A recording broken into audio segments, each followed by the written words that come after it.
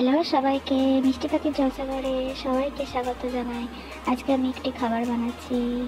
এটা প্রধানত আমি বানিয়েছি সুজি এবং তার সাথে অল্প পরিমাণে দই মিশিয়ে তার সাথে জলের একটা ঠিক ব্যাটার বানিয়ে এরপর তার মধ্যে কারি পাতা আর সর্ষের ফোড়ন দিয়ে এবং কিছু ভেজিটেবলস ওর সাথে অ্যাড করা এবং তার মধ্যে একটু ইনো দিয়ে রেখে সেটাকে কেকের মতন করে বানানো এবং এটা আগুনের মধ্যে রেখে দিলে যেহেতু ইনোটা দিয়েছি তাই এটা একটু ফুলবে এবং সুন্দর একটা নরম টিফিন খাবার বানানো যাবে এবং এটা আমার ভালো লেগেছে তাই আমি আমার মতন করে একটা ভিডিও শেয়ার করলাম।